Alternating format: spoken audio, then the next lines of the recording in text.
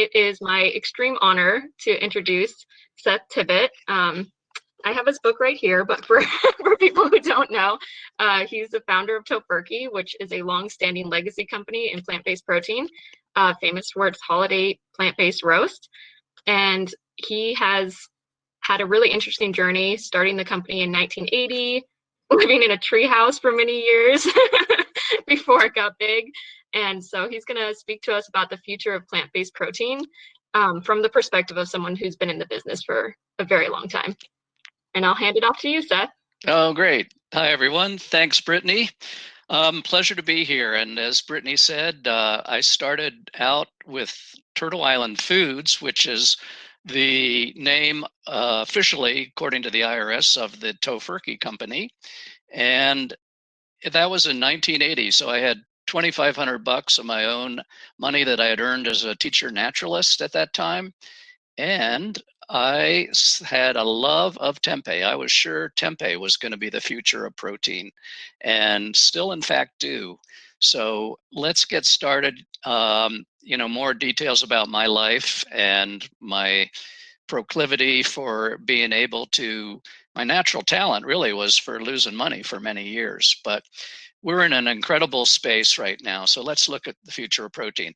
I know a lot of you guys have really been in this conference, so you may not have heard this breaking news story, but with Biden in power now, this is the new official vegan food pyramid that has been mandated by the government. It's really just, a bunch of grains and veggies with nutritional yeast and sriracha sauce. And that is mandated now by government order. All you vegans, you got to have sriracha and yeast with every meal. And if you like yeast, I had this incredible Christmas present that my wife gave me.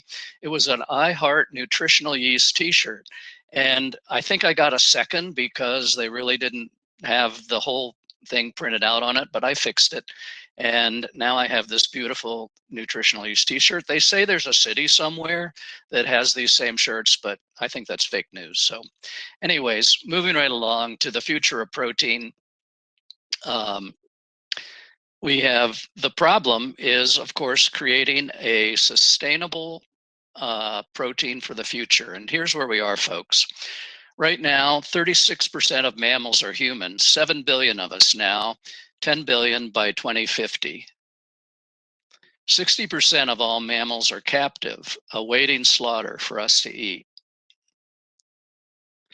which leaves only 4% of mammals live in the wild now. On the bird side of things, 70% of all birds on Earth are caged poultry.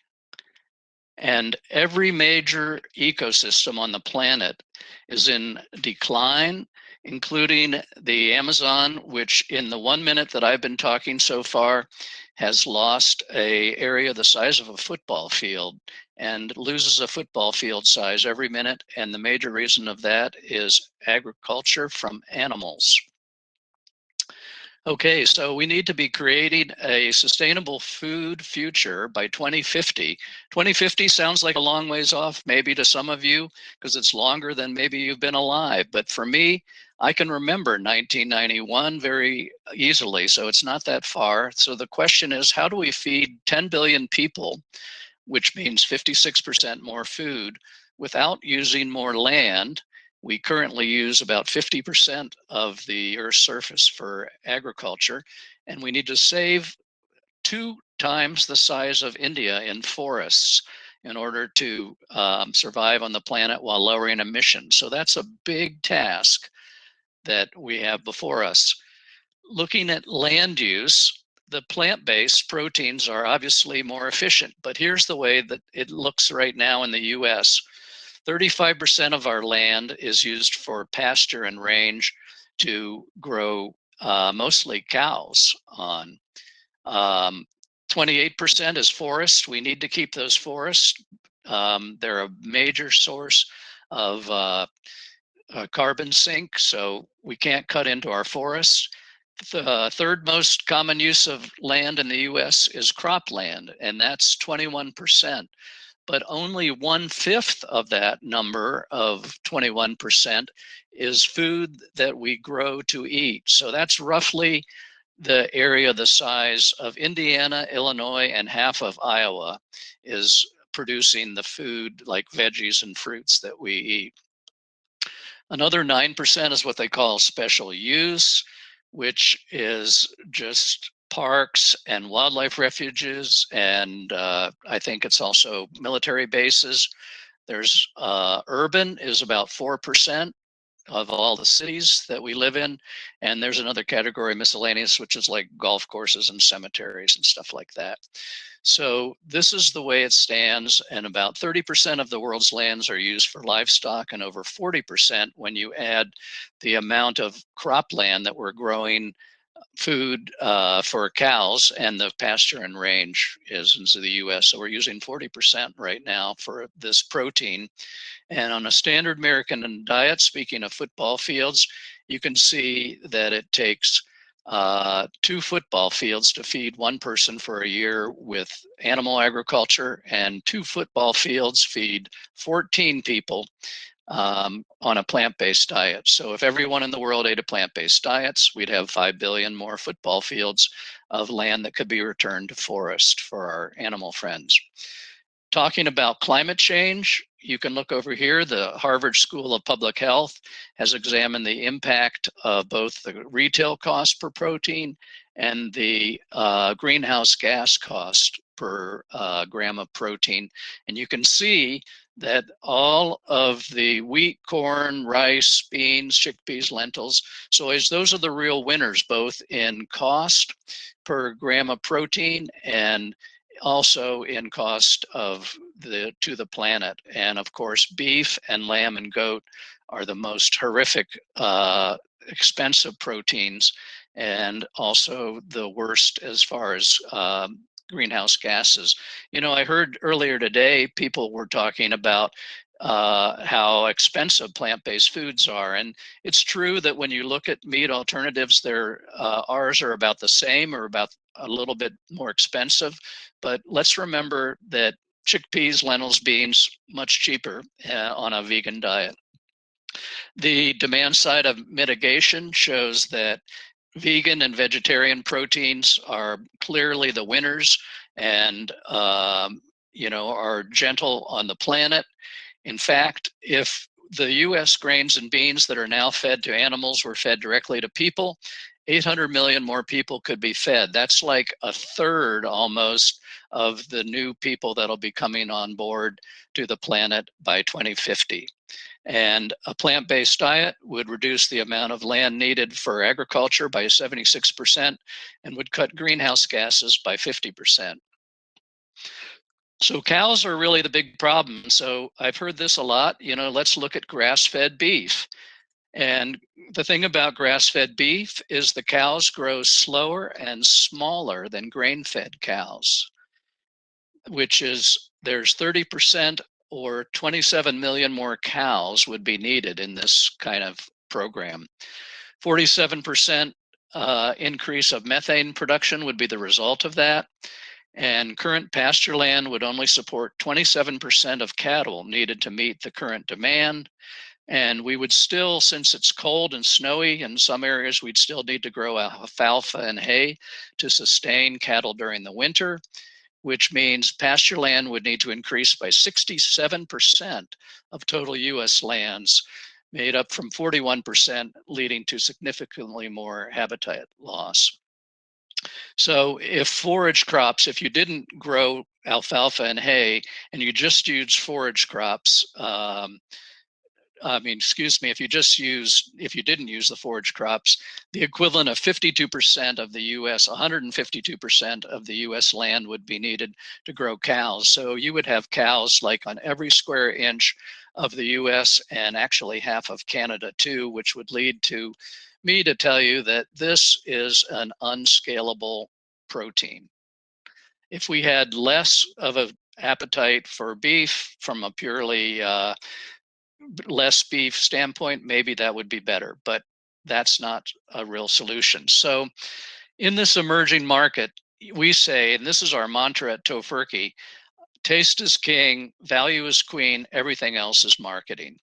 And so when we look at the market, this is the market for refrigerated meat alternatives, which Tofurky sells in, Beyond Meat sells in, Light Life, field roast, products like that.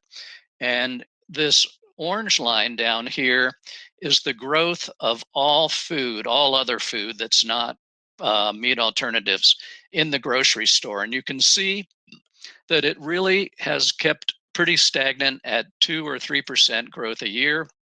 This year with the pandemic, they hit 10% because people weren't going out to eat. They were buying more groceries. Meanwhile, meat alternatives are growing at this incredible rate. This category is very hot.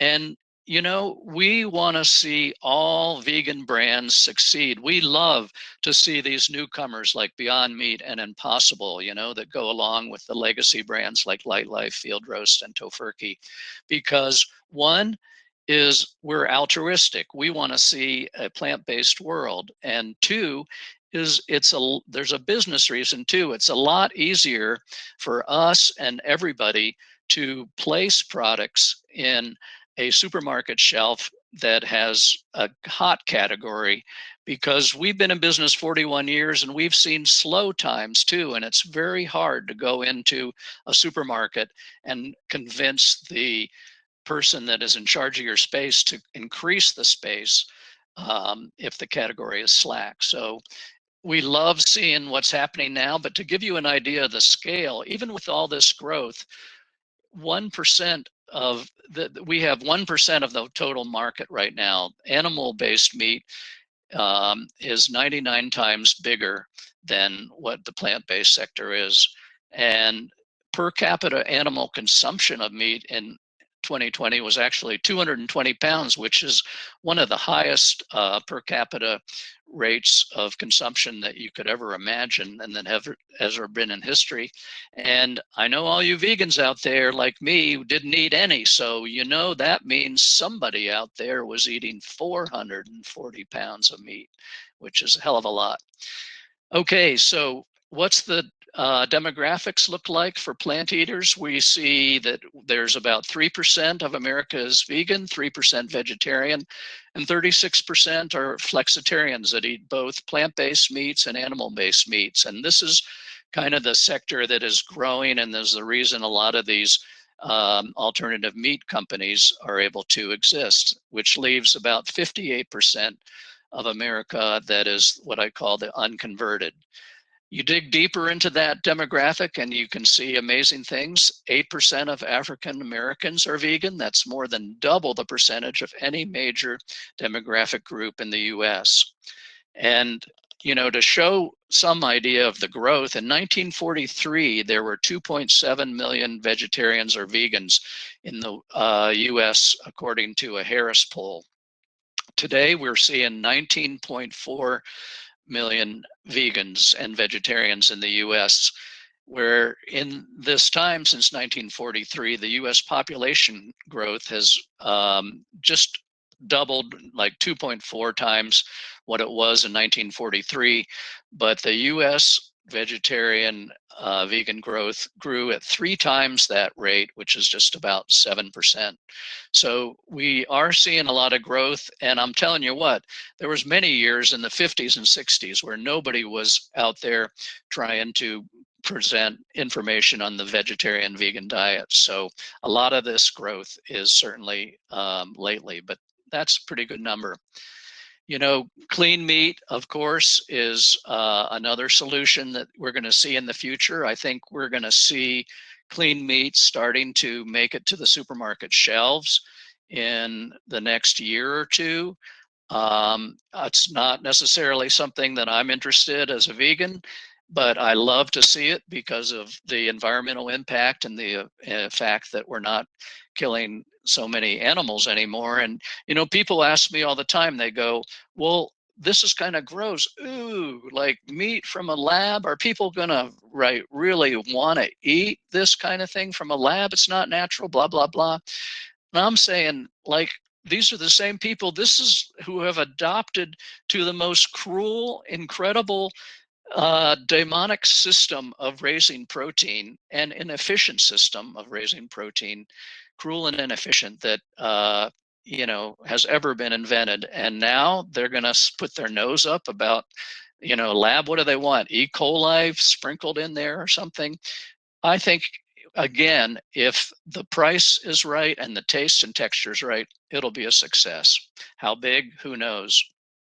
But, to give you an idea of the efficiency of it, it's 6 weeks to raise a chicken to slaughter weight and 6 days to brew clean meat chicken in your neighborhood microbrewery or meat brewery. Um, as I said at the start of this talk, I was a real believer in tempeh back in 1980. I thought that was the future. It's still like my feeling that this is a future protein to watch. There's Bill Shirtliff, the guy that wrote the Book of Tempeh and the Book of Tofu in 1975, went out and drove all across America in this old Ford van with his wife Akiko, and they did classes in cooking tempeh and cooking tofu. And at the end of the cooking class, they always asked, show of hands, how many people like tofu better? And then how many people like tempeh better? He said tempeh never lost. And it's just a great protein. When you hear people bagging on these modern innovative products, which I eat, and I eat tempeh too, they always say, oh, it's processed, it has too many ingredients, yada, yada, yada. But tempeh has 3 ingredients. It has the beans or the substrate, it has the culture, and it has water. And it just is a great protein. I love how I feel after eating a tempeh burger. And I've been to Indonesia several times. I'm connected to this World Tempeh movement that is a nonprofit that has declared June International Tempeh Month. We're going to be doing a great big tempeh international symposium and showing recipes and talking about what's going on in it. In Indonesia, they're still making tempeh in banana leaves, which they don't use plastic, which is really cool. And this is the symbol of the tempeh movement. So I think tempeh it's growing at about 40%, which is really good growth in the market, and it's going to take off in the future. I think Light Life just announced that they're going to be building $100 million tempeh plant and in Indiana, which is great. Tofurky makes tempeh still, and we've expanded our operations twice the size of previous years. And so we're all geared up for a bigger tempeh future. Challenges and opportunities when you have... I think I might have to cut you off there just because we're running a little late. But I did have a question about tempeh. I know that you used to make temperoni. Is there any chance of that coming back? Oh, temperoni. Wow, you're an old time follower there. That was really one of our earliest products. And it was a sausage shaped and flavored tempeh. And I'll take that up with the board. We're going to have a meeting this week. I'll say Brittany wants temperoni. Yes, please. And then I also had a question about if your marketing's changed at all, because obviously originally you were marketing to vegans and vegetarians. Now that there are so many flexitarians, have you found that you've needed to kind of shift how you market things? Well, we have evolved in the marketing, and like I say, we feel like the portal to the human heart are the taste buds, and so all of our marketing tends to focus on that because, if there's all these other great reasons that we all know, from the climate change and the environment and all of this stuff, but it's really, if the product doesn't just have killer taste and texture, especially in this market right now that's so supercharged and has so many great tasting and textured products, it's not going to pass the test of time. So we tend to just have on our packaging, savory and flavor, and we leave the other things all about compassion and environmental aspects for people to figure out. I love the treehouse on the packaging too. Oh yeah. And then also I had one question. So one of the things that I love the most about Tofurky is the fact that it is mission driven as opposed to being profit driven, and that's always been super clear. I was wondering, for obviously you guys are a B Corp. For attendees who might be interested in either joining or starting a mission-driven company, do you have any advice for them? Yeah, mission is like our superpower as vegan entrepreneurs. And I think you'll see this. I think Ethan's talking next. It's everybody from the Ethans of the world down to the person selling cookies, vegan cookies at your local farm market.